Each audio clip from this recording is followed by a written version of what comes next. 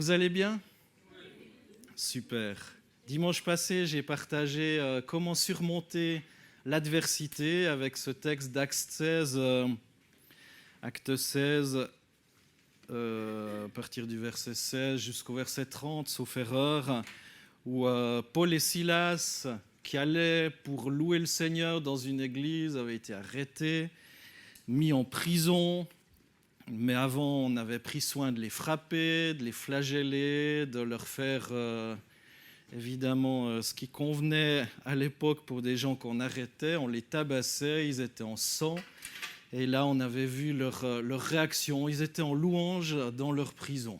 Ils ont blâmé personne, ils se sont plaints envers personne, mais ils chantaient les louanges du Seigneur. Et aujourd'hui, eh bien, on va un petit peu poursuivre notre message. On va voir, comme je vous l'avais annoncé, est-ce qu'on peut douter de Dieu? Est-ce qu'on peut douter de son amour? Est-ce qu'on peut questionner Dieu aussi par rapport à ce qui nous arrive? Je vous l'ai dit quelques fois ces derniers dimanches, je suis particulièrement sensible au danger de s'éloigner de Dieu. Il y a différentes causes qui peuvent nous pousser à nous éloigner de Dieu. Évidemment, la lassitude qui peut venir d'une certaine routine. On s'installe dans une routine et on s'endort un petit peu. Il peut y avoir des fois le péché qui rentre dans notre vie. Petit à petit, on laisse certaines choses envahir notre vie et prendre la place. Ça peut être des fois la maladie qui nous détourne de Dieu. On est déçu peut-être de Dieu, déçu de ce qui nous arrive. Ça peut être les difficultés, des difficultés différentes peut-être de santé évidemment, mais difficultés dans la famille, difficultés dans le travail, difficultés financières. Évidemment, c'est aussi le manque de lecture de la parole de Dieu. Finalement, on dit « ouais, mais on connaît, mais ça ne me parle plus ». Et petit à petit, on lit de moins en moins la Bible, la parole de Dieu, et on se nourrit de moins en moins, et on sait le danger aussi de se nourrir de moins en moins. On va finalement dépérir spirituellement. C'est comme si tout à coup vous mangez peut-être qu'une fois par semaine. J'imagine que vous allez éprouver certaines difficultés. Peut-être après, on se dit pour se donner bonne conscience, après avoir plus lu la parole de Dieu pendant un temps, on va bien lire cette fois, j'ai du temps, je vais lire avec abondance et finalement ça ne nous parle plus parce qu'on a trop. En fait, on a trop lu. C'est comme si vous mangez trop à table, vous êtes mal. Donc il faut aussi savoir doser et méditer, réfléchir, prendre le temps de digérer aussi, comme après un bon repas, et si on s'en enfile, on va avoir de la peine à digérer. Et donc là, le manque de lecture de la parole de Dieu, et finalement, on avale, parce qu'on est comme affamé, et ça va pas nous profiter parce qu'on n'est pas capable de digérer tout ça. Le danger de s'éloigner aussi de l'Église, de la communion fraternelle, il y a peut-être, on a l'impression que personne nous écoute ou nous regarde, ou on a l'impression que de toute façon les gens s'en fichent de nous. Puis petit à petit on s'éloigne de la communion fraternelle et on n'y prend plus trop goût et on se dit à quoi ça sert. On vit tous des difficultés. On peut mettre, vous pouvez rajouter peut-être d'autres exemples. On vit tous des difficultés qui remettent en question parfois notre foi. Évidemment, ça peut être des décès, des maladies, des problèmes au travail, financiers, des accidents, comme je l'ai dit tout à l'heure. Pour moi, ça a été aussi, peut-être excusez pour ceux qui ont déjà entendu ça, mais je trouve important aussi de rappeler bien que ce n'est pas juste du tout cuit. Des fois, on dit est-ce qu'on peut douter de Dieu? Non, on ne peut pas douter de Dieu parce que Dieu est Dieu. Mais lorsqu'il nous arrive certaines choses dans la vie, je crois qu'on se pose un tas de questions. Et en lisant la Bible, on voit que des êtres humains se posent un tas de questions. Donc, pour moi, en deuxième année d'apprentissage, lorsque je faisais boulanger-pâtissier, j'ai vécu une grave déviation de la colonne vertébrale. Et j'ai dû être opéré là, en plein milieu de mon apprentissage de boulanger, Ça durait 11 heures de temps. Il y a eu un transfert de 11 litres de liquide, de sang. Enfin, ce n'est pas du sang parce qu'on n'a pas 11 litres de sang, mais 11 litres de liquide. C'était sur la colonne vertébrale. On m'a mis deux barres, 2 tiges filetées dans la colonne, 12 crochets dans la colonne vertébrale. Et je me dis, mais pourquoi, Seigneur, pourquoi ça m'arrive? Et je me suis posé ces questions-là. Pourquoi moi? Je n'étais pas quelqu'un qui faisait les 400 coups. Pourquoi il m'arrive ces choses-là? Je trouvais Dieu foncièrement injuste dans ce qui m'arrivait. Et aussi dans notre famille, même que on a pris des choix de vie aussi pour servir Dieu à un moment donné. On a été éprouvé de différentes manières par la maladie, et ça, plusieurs le savent.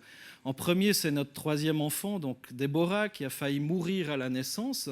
On a paralysé tout son système vital au curare afin qu'elle soit au repos complet. On l'a mise sous respiration artificielle. Toutes ces choses-là, et on se dit, mais Seigneur, pourquoi? Moi, je consacre ma vie pour toi, je suis aux études théologiques. Pourquoi ça m'arrive?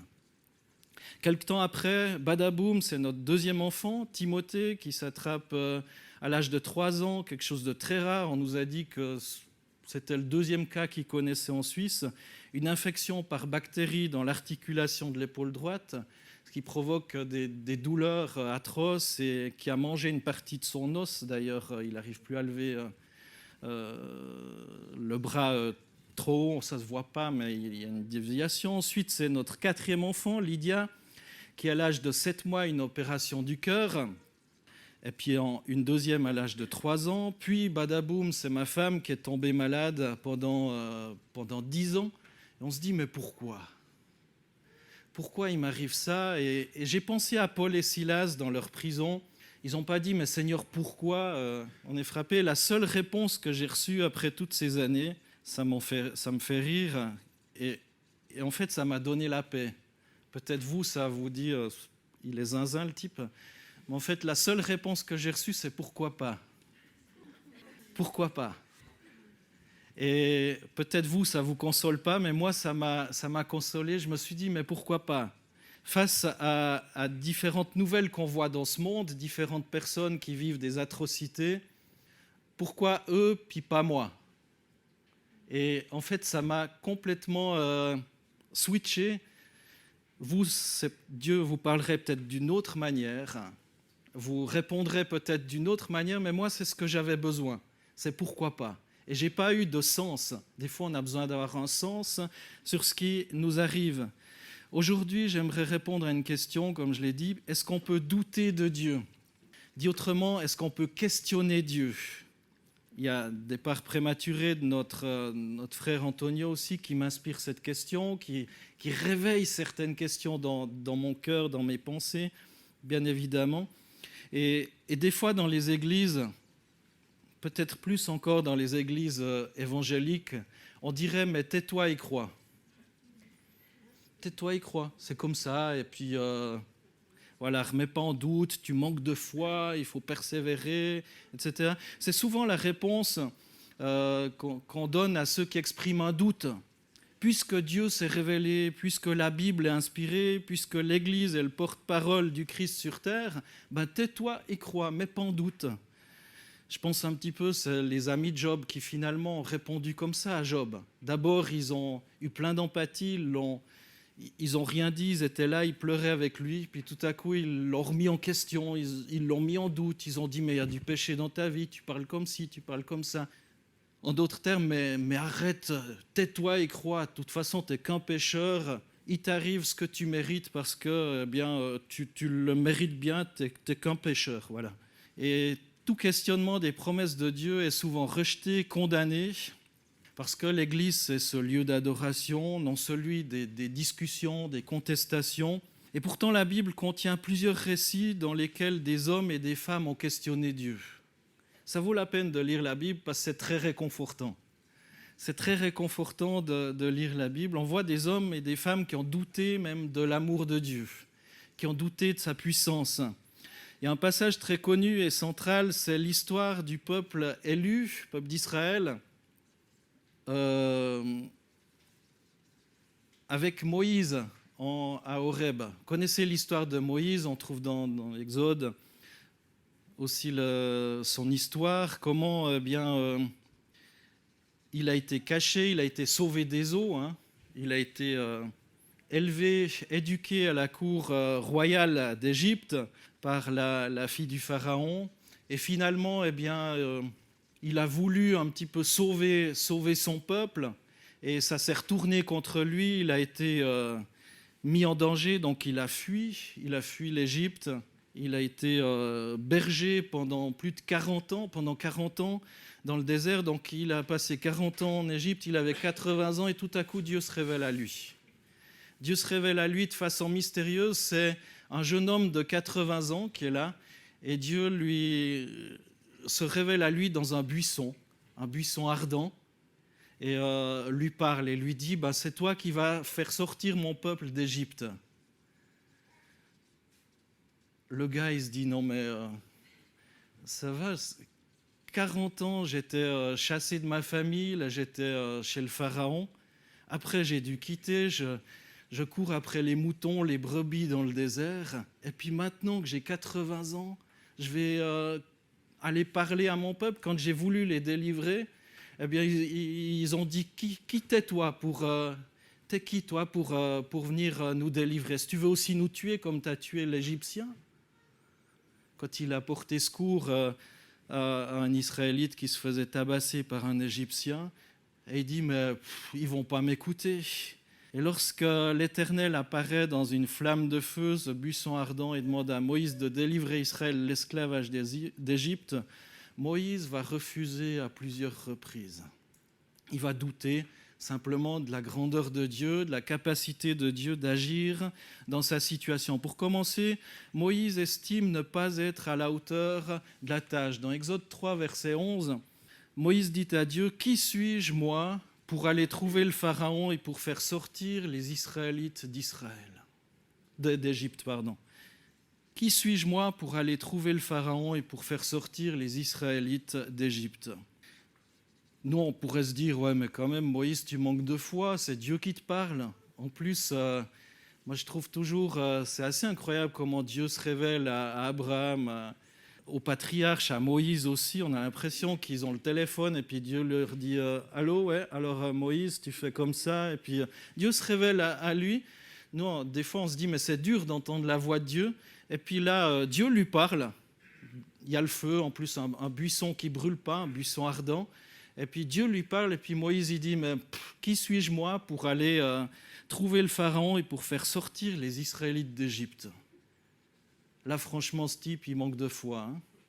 Ah ouais, il aurait dû sauter de joie, avec ses rhumatismes à l'âge de 80 ans, hein, d'ailleurs. Il vient de passer 40 ans dans le désert du Sinaï à faire paître le bétail de son beau-père. En plus, c'est même pas son bétail. Il a dû fuir l'Égypte pour avoir tué un Égyptien. Moïse se sent manifestement pas qualifié pour la tâche que Dieu lui confie. En plus, il est persona non grata face au Pharaon. Le Pharaon qui a grandi certainement avec lui, on ne sait pas trop, mais ça devait être... il a été aussi... c'était un peu comme son demi-frère, on ne sait pas, mais Moïse était connu du Pharaon. Très certainement, c'est aussi pour ça que par la suite, il va pouvoir se présenter devant lui. C'était pas un inconnu, Moïse, du tout, face au Pharaon. Et Moïse, bien que le Pharaon voulait à sa vie, eh bien, il se dit, mais comment est-ce que je vais faire sortir tout ce peuple, 1 million de personnes d'Égypte, plus ou moins. Alors bon, Dieu le rassure. Et puis après, il n'est toujours pas convaincu. Il va dire, mais qu'est-ce que je vais dire au peuple? Dans Exode 3,13, Moïse dit à Dieu, j'irai donc vers les Israélites, ok, supposons que j'aille vers les Israélites et je leur dirai, le Dieu de vos pères m'a envoyé vers vous. Mais s'ils me demandent quel est son nom, que leur répondrai-je? Ok, donc Dieu va donner une longue réponse à Moïse. Dans Exode 3, versets 14 à 22, on peut lire ça. Alors Dieu dit à Moïse, je suis celui qui est. Ok, merci. Est-ce que tu as une meilleure réponse à me donner? Je suis celui qui est. D'accord. Puis il ajouta, voici ce que tu diras aux Israélites. Je suis m'a envoyé vers vous. Merci. Puis tu leur diras, l'Éternel, le Dieu de vos ancêtres, le Dieu d'Abraham, d'Isaac et de Jacob, m'a envoyé vers vous. C'est là mon nom pour l'éternité. C'est sous ce nom que l'on se souviendra de moi pour tous les temps. Va donc, réunis les responsables d'Israël et dis-leur, l'Éternel, le Dieu de vos ancêtres, le Dieu d'Abraham, d'Isaac et de Jacob, m'est apparu et m'a dit, je suis décidé à intervenir en votre faveur, car j'ai vu quel traitement on vous inflige en Égypte. Aussi ai-je décidé de vous faire sortir d'Égypte, où vous êtes en proie à l'oppression, pour vous conduire dans le pays des Cananéens, des Hittites, des Amoréens, des Phéréziens, des Éviens et des Jébousiens, dans un pays ruisselant de lait et de miel. Les responsables d'Israël t'écouteront et tu iras trouver le Pharaon avec eux pour lui dire « L'Éternel, le Dieu des Hébreux, est venu nous trouver. Maintenant, veuille donc nous accorder la permission de faire 3 journées de marche dans le désert pour aller offrir un sacrifice à l'Éternel, notre Dieu. Je sais que le Pharaon ne vous permettra pas de partir, s'il n'y est contraint avec puissance. » Ok, donc ça ne va pas se passer, Seigneur. Le Pharaon ne va pas nous laisser, mais vas-y quand même, va à l'abattoir, Moïse, quoi. Ça se poursuit. C'est pourquoi j'interviendrai, je frapperai l'Égypte de toutes sortes de prodiges que j'accomplirai au milieu d'elle. Après cela, il vous renverra. Je ferai gagner à ce peuple la faveur des Égyptiens, de sorte qu'à votre départ, vous ne vous en irez pas les mains vides. Chaque femme demandera à sa voisine et à celle qui habite chez elle des ustensiles d'argent et d'or, ainsi que des vêtements. Vous les donnerez à porter à vos fils et vos filles. Ainsi, vous dépouillerez les Égyptiens. Voilà une belle et longue réponse de Dieu. Mais il ne lui promet pas la facilité. Il dit, le Pharaon ne vous écoutera pas. Ok. Donc, encore difficulté. Alors, cette longue réponse qui aurait dû évidemment rassurer Moïse et qui nous aurait bien certainement rassuré, on serait parti en courant, eh bien, ne le satisfait toujours pas Moïse. Il va répliquer dans Exode 4, verset 1, « Et s'ils ne me croient pas et ne m'écoutent pas, s'ils me disent, l'Éternel ne t'est pas apparu. » Le doute, s'ils ne croient pas et ne m'écoutent pas. Là encore, il objecte. C'est incroyable ce Moïse, quel incrédule. Dieu promet alors de multiplier les prodiges pour convaincre le peuple et lui donne même un avant-goût par des miracles effectués sous ses yeux. Là encore, Dieu est bon et va lui répondre « Ok, bon ». Peut-être que Dieu se dit « Mais tu commences à me chauffer le cerveau, Moïse, avec tes doutes. » Il dit « Tu vois le bâton que tu as dans ta main, jette-le. » Et ça devient un serpent. Moïse, il se taille en courant, enfin, puis il dit, va, reprends-le, mais par la queue. C'est pas très logique, parce qu'en général, un serpent, on l'attrape, on lui coince la tête pour pas qu'il puisse nous mordre, et tu vas le prendre par la queue. Il faut une certaine dose de confiance pour le faire, autrement tu te fais tout de suite mordre et tuer, évidemment. Et là, dès que Moïse le reprend, ça revient un bâton. Ensuite, Moïse, qui continue de douter, lui dit, mets ta main sur la poitrine. Ok, enlève-la, ça devient de la lèpre. Une lèpre blanche comme la neige, nous dit le texte. Incroyable, la lèpre, c'était une maladie incurable, totalement incurable, une maladie aussi extrêmement contagieuse. Et si on avait la lèpre, eh bien on était rejeté de toute la communauté, de tout le peuple. Et il dit maintenant, remets ta main sur la poitrine, enlève-la. Plus de lèpre du tout. Dieu donne la lèpre, cette maladie, il savait très bien, plus rien. Et finalement, si tu n'écoutes pas, tu prends de l'eau du fleuve. Le fleuve, là, tu mets sur la terre et ça devient du sang. Et tu verras, Moïse, ils vont t'écouter. Alors là, Moïse, il est parti en courant vers le Pharaon, vers le peuple, et il leur a... Ah non, c'est pas passé comme ça encore. Ces signes ne convainquent Moïse qu'à moitié. Dans Exode 4.10, Moïse il va trouver cette fois l'excuse imparable. « Ah Seigneur, dit Moïse, j'ai pas la parole facile. Cela ne date ni d'hier ni d'avant-hier, et cela ne s'est pas amélioré depuis que tu as commencé à parler à ton serviteur.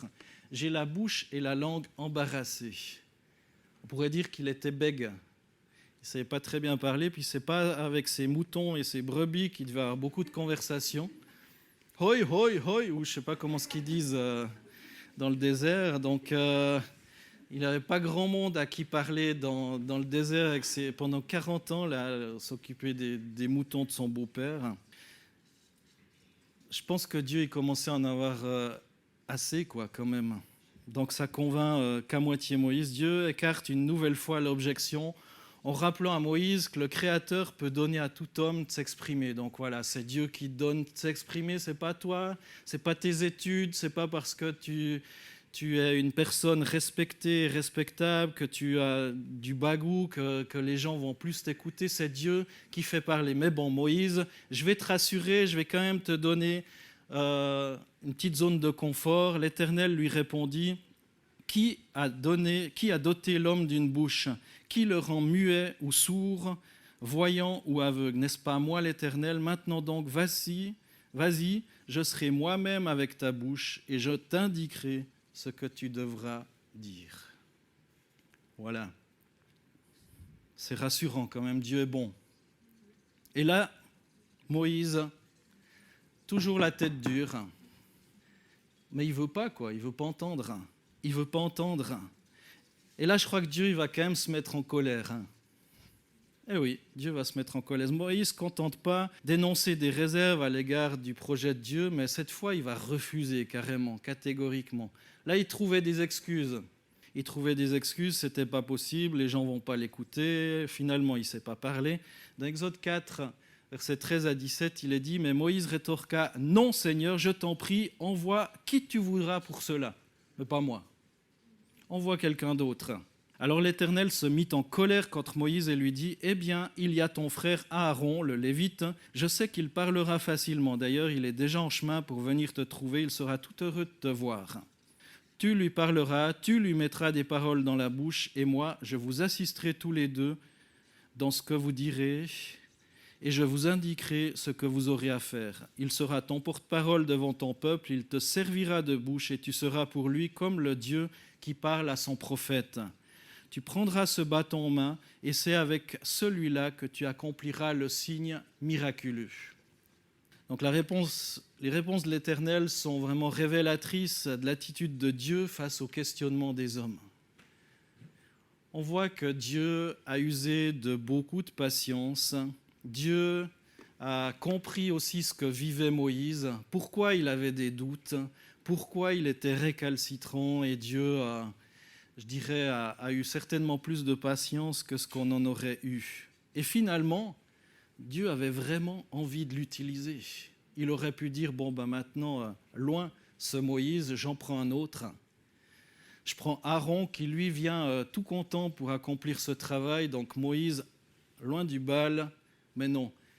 Dieu est déjà là dans l'Ancien Testament, un Dieu de grâce, qui dit, mais je le veux lui, je veux son cœur, je veux lui prouver. Et bien que tout est sous mon contrôle, même si apparemment tout est en train de foirer, tout est en train de mal aller. Alors est-ce qu'on peut douter et questionner Dieu? Moi je dirais oui. Je dirais oui. Je crois sincèrement que Dieu laisse un espace pour le dialogue et les questionnements.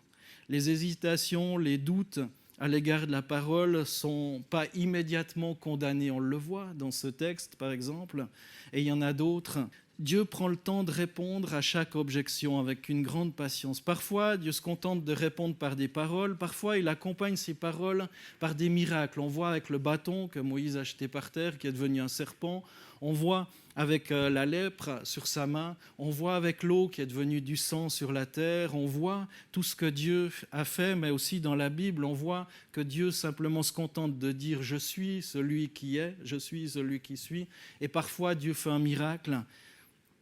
Et dans toute la Bible, on voit que c'est le même grand combat pour les figures de la Bible, leur exemple, leur fragilité aussi. La prochaine fois, on reviendra sur les objections de Moïse, de Gédéon, de Jérémie, de Paul.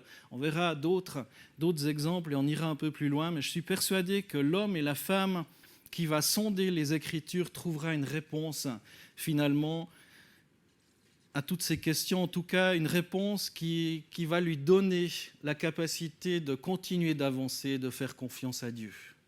Dieu a eu besoin d'aller très loin avec Moïse, Et ça va se perpétrer, continuer lorsque Moïse sera dans le désert avec les Israélites.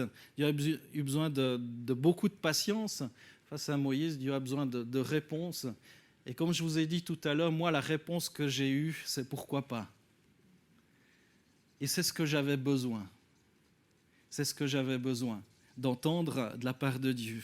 Mais Dieu va de toute façon répondre de façon satisfaisante aux questions que vous vous posez, aux questions existentielles, aux questions par rapport à ce que vous vivez. Dieu va répondre de façon satisfaisante. Au travers de sa parole, au travers de la communion fraternelle, Dieu va répondre d'une manière ou d'une autre. Mais dans tous les cas, si vous cherchez, si vous fouillez, si vous êtes sincère, Dieu va vous parler. Et j'en suis convaincu. Ça ne signifie pas que le chrétien peut tout expliquer. On ne pourra jamais tout expliquer, tout dire pourquoi ceci, pourquoi cela. Certains mystères nous échappent. Et il faut le comprendre parce que Dieu est Dieu. Certains sont gardés pour bien plus tard, pour la fin des temps. Dans Daniel 12, verset 4, il est écrit « Quant à toi, Daniel, tiens ces paroles secrètes et conserve le livre scellé jusqu'à la fin, jusqu'au temps de la fin. » Il y a certains mystères qui restent scellés jusqu'à la fin et on ne comprend pas pourquoi, on ne comprendra peut-être jamais pourquoi, peut-être seulement lorsque l'on sera dans la présence de Dieu. Mais dans tous les cas, Dieu nous donne sur cette terre déjà la capacité, la force de continuer. Parce que la parole de Dieu dit aussi qu'on ne serait pas tenté ou éprouvé au-delà de nos forces. Et Dieu nous donne, si on est sincère, si on s'accroche à lui, si on reste blotti dans son cœur, même si on ne comprend pas, Dieu nous donne la capacité de continuer, la force de continuer de croire et la réponse qui va nous soulager. Pas un truc bateau, pas le truc tais-toi et crois, tais-toi et marche, non, mais quelque chose qui va vous donner la paix. Parce que Dieu, Jésus nous dit « Je vous donne la paix, je vous laisse la paix ». Tant que vous n'avez pas la paix, réclamez-la par l'Esprit de Dieu. Demandiez à Dieu sa paix. Dieu ne veut pas nous laisser dans le doute, dans le découragement. Dieu n'est pas un Dieu sadique qui veut nous faire du mal, bien au contraire. Alors est-ce qu'on peut douter et questionner Dieu? Manifestement, pour moi, la réponse est oui. Et je dirais jusqu'à un certain point, Dieu ne perd patience avec les interrogations et les doutes de Moïse que lorsque celui-ci refuse d'obéir. Lorsque Moïse dit maintenant, c'en est assez, envoie quelqu'un d'autre, alors il est dit dans Exode 4, 14, la colère de l'Éternel s'enflamma contre Moïse. Dieu ne condamne pas nos questions, mais Dieu condamne nos désobéissances. Et c'est très différent. Vous pouvez avoir plein de questions, plein de pourquoi. Dieu ne va jamais condamner, et j'en suis convaincu, Dieu ne va jamais condamner quelqu'un qui se pose des questions. Par contre, Dieu n'aime pas la désobéissance. Et on le voit avec Moïse. Et même dans la désobéissance, même lorsque Moïse dit maintenant, stop, j'ai 80 ans, Dieu, fiche-moi la paix, laisse-moi avec mes moutons. J'en ai soupé du peuple, des Égyptiens et tous ces gens-là, je suis tranquille dans mon désert. Même là, Dieu dit non, c'est pas fini, je veux pas que tu restes dans cette incrédulité, je veux pas que tu t'embourbes là derrière ces moutons, mais j'ai un projet bien plus grand pour toi, un projet bien plus grand pour toi. Et lorsque les pharisiens demandent un signe à Jésus, les gens disent, les pharisiens, là, on est bien plus tard, les pharisiens demandent un signe à Jésus pour dire, mais qui es-tu pour faire ces choses-là? Enfin, Jésus va refuser. Il va refuser de faire un miracle pour épater la galerie aussi, parce que de toute façon, ils n'étaient pas venus pour croire, mais pour lui tendre un piège. On voit ça dans Marc 8. Je suis en train de relire le livre de Marc en fouillant, farfouillant, en lisant ces temps, et c'est une mine d'or, j'ouvre une parenthèse. Relisez les évangiles comme ça, en creusant, en lisant peut-être un commentaire avec, c'est tellement riche. Là, dans Marc 8, 11, 12, il est dit « Des pharisiens arrivèrent et engagèrent une discussion avec lui. Il lui demandait de leur faire voir un signe miraculeux qui venait du ciel. Il lui tendait un piège. Jésus poussa un profond soupir et dit « Pourquoi les gens de notre temps réclament-ils un signe miraculeux ? Vraiment, je vous l'assure, il ne leur sera accordé aucun. » Et pourtant, Jésus en a fait plein de miracles.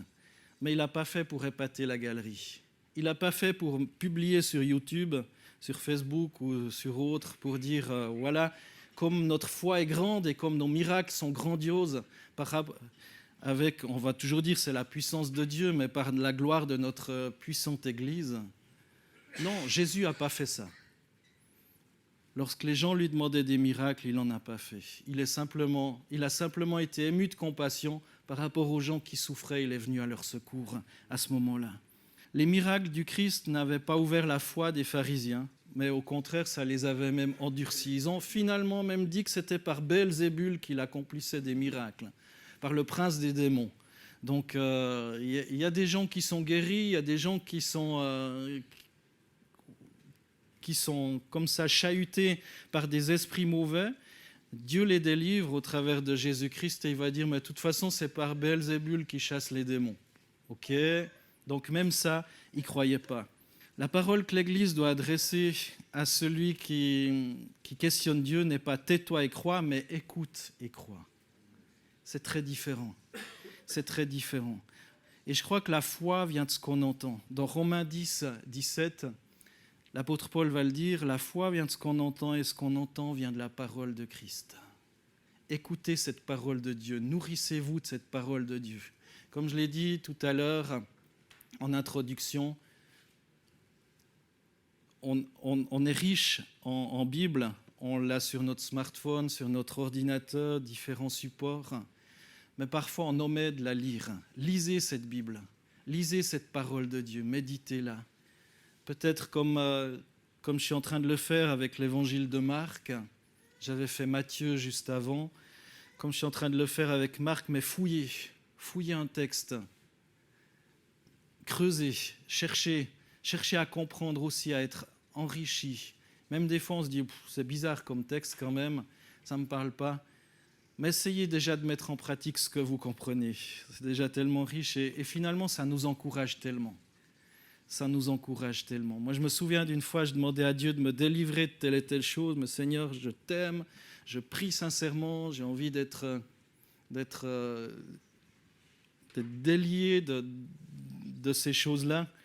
Et Dieu m'a donné une toute autre réponse au travers de la parole de Dieu. Et la délivrance a été simplement de me séparer de quelque chose, plutôt que parce que c'était simplement plus fort que moi. C'est comme la parole de Dieu qui dit, si ta main droite est pour toi une occasion de chute, coupe-la, parce qu'il vaut mieux pour toi entrer sans le bras droit dans le royaume de Dieu, ou si ton œil est pour toi une occasion de chute, arrache-le. C'est une image, une illustration évidemment, mais pour dire qu'il y a des choses, c'est plus fort que nous, et il faut accepter des fois de dire, c'est comme ça, on s'en sépare. On s'en sépare, puis finalement, ça ne nous manque pas. Ça ne nous manque pas plus. Il faut se laisser instruire par Dieu, venir à Christ, lui faire confiance. À la première objection de Moïse, qui se sent inapte au ministère pour Dieu, Dieu répond de ne pas regarder à l'homme, mais à Dieu. Je serai avec toi. Vas-y Moïse, courage, moi je serai moi-même avec toi. Ça ne l'a pas complètement réconforté, mais il a reçu ça. Et je crois qu'en lisant la Bible, la parole de Dieu, il y a tellement de versets qui nous encouragent à y aller, qui nous encouragent à faire confiance en Dieu, qui nous donnent vraiment la force d'aller plus loin.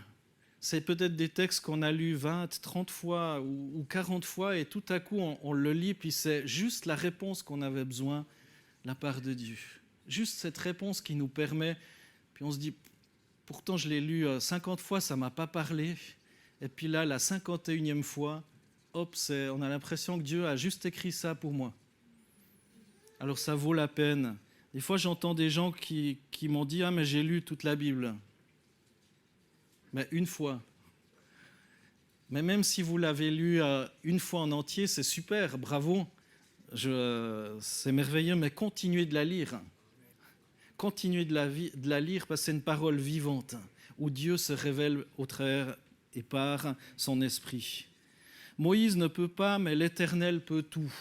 La foi ne consiste pas à mettre la raison et la réflexion en veilleuse. Ça ne veut pas dire que tu ne dois plus réfléchir. Et Moïse a continué de réfléchir. La foi, c'est reconnaître que la raison humaine a ses limites. La foi, c'est reconnaître que le mot de la fin revient à celui qui a créé la raison. La foi, c'est aussi reconnaître qu'elle vient de celui qui a répondu avec patience à nos objections. La foi, c'est reconnaître, s'en remettre à Dieu, qui est vérité, amour et qui sait tout. Alors les doutes de Moïse, je ne suis pas à la hauteur, qui suis-je? Peut-être vous les avez aussi. Ou que dirais-je, que dire de qui m'envoie? Ce Dieu, mais de toute façon, Dieu, il est partout, il est dans l'arbre, certains vont être animistes, vont dire pour toi c'est le Dieu de la Bible, mais qu'est-ce qui me prouve que c'est celui-là? C'est peut-être Bouddha là, ou d'autres, pour toi c'est lui. Que dire de qui m'envoie? S'il ne croit pas et n'écoute pas, qu'est-ce que je vais faire? Je ne sais pas parler, envoie quelqu'un d'autre. Ça, c'est tous les doutes que Moïse a eu. Peut-être vous en avez d'autres. Ce qui est difficile dans la Bible, ce n'est pas ce qu'on ne comprend pas, mais c'est ce que l'on comprend, parce que Dieu nous tient responsables de tout ce qu'on a compris dans la parole de Dieu. À celui qui questionne Dieu, on doit répondre, pose toutes les questions que tu as. Pose-les toutes les questions que tu veux, mais oublie pas d'écouter la parole de Dieu. Oublie pas d'écouter. Puis quand tu auras compris un texte, quelque chose, mets-le en pratique. Mets-le en pratique sans tarder. Il y a peut-être des choses qui sont mystérieuses pour toi. Continue de lire la Bible.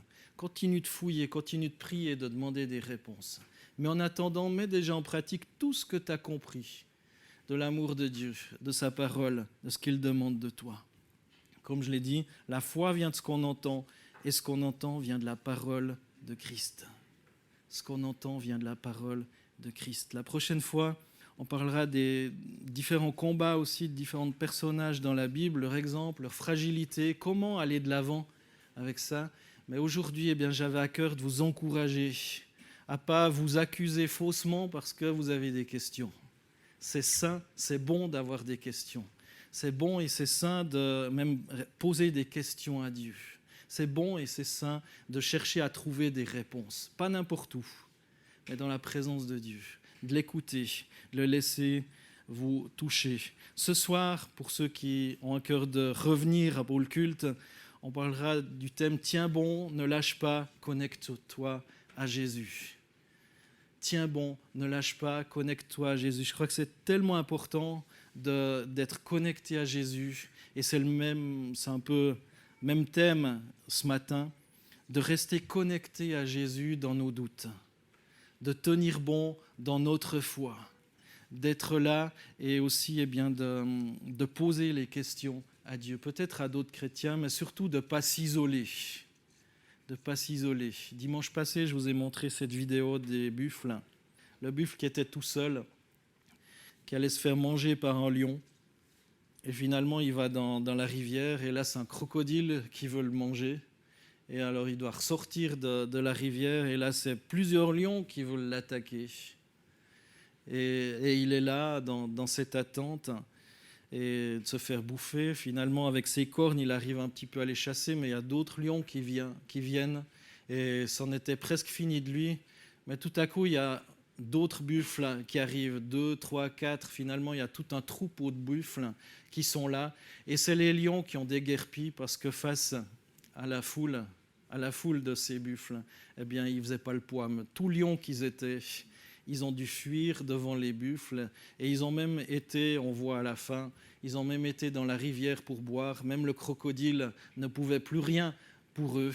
Et l'importance, tout ça pour dire l'importance, d'être attaché encore, de ne pas rester seul. Seul, on est sujet au découragement. Seul, on peut se faire bouffer, comme ce buffle qui se serait finalement fait manger. Seul, finalement, on va peut-être capituler face à l'ennemi. Mais lorsqu'on est entouré de frères et sœurs qui vont nous encourager, qui vont prier avec nous, qui vont être là pour nous lorsqu'on en a besoin. Lorsque quelqu'un est peut-être malade, il va recevoir l'encouragement nécessaire. Il va recevoir la prière, un téléphone d'un frère, d'une sœur, une amitié qui est là et qui va faire toute la différence. Et c'est pour ça que c'est important de rester attaché. Même si des fois on peut être déçu, on a peut-être des attentes qui n'ont pas été exaucées ou répondues par d'autres personnes, mais soyons là aussi pour les autres. soyons là pour les autres. Certaines personnes souffrent, soyons là pour eux. Prenons contact avec les personnes qui sont peut-être dans des difficultés diverses. Alors comme Moïse, posons nos questions à Dieu. Osons même dire, voilà, qui suis-je? Que dire? C'est moi-même qui vais remplir ta bouche. C'est moi-même qui serai avec toi, je serai avec toi. Amen. Gloire à Dieu. Mais je vous encourage, pour ceux qui le souhaitent, à simplement vous lever à votre place et dire, peut-être j'ai des doutes, j'ai des questions. J'ai peut-être été blessé par telle ou telle chose, j'ai peut-être telle incompréhension face à Dieu. Et ce matin, je ne veux pas rester dans cette incompréhension, je ne veux pas rester peut-être dans cette colère même face à Dieu, mais je veux me lever et demander à Dieu de me toucher, me donner la réponse que j'ai besoin. Pour moi, je vous ai dit tout à l'heure, c'est pourquoi pas. Mais pour vous, Dieu veut vous répondre aussi et vous donner la réponse satisfaisante pour continuer d'aller de l'avant, pour continuer d'être béni. Alors si vous avez besoin d'un encouragement, besoin vraiment une question, peut-être même vous êtes fâché contre Dieu pour telle ou telle chose, levez-vous à votre place et je vais juste prier pour que Dieu remplisse votre cœur et vous bénisse là où vous êtes, dans la situation qui est la vôtre, parce que Dieu est tout-puissant pour être le consolateur, pour donner à celui qui demande. Seigneur Jésus, merci pour mes frères et sœurs qui se lèvent ce matin et voilà, qui sont peut-être dans l'incompréhension, qui ont telle ou telle question. C'est entre eux et toi, Seigneur Jésus. C'est entre eux et toi.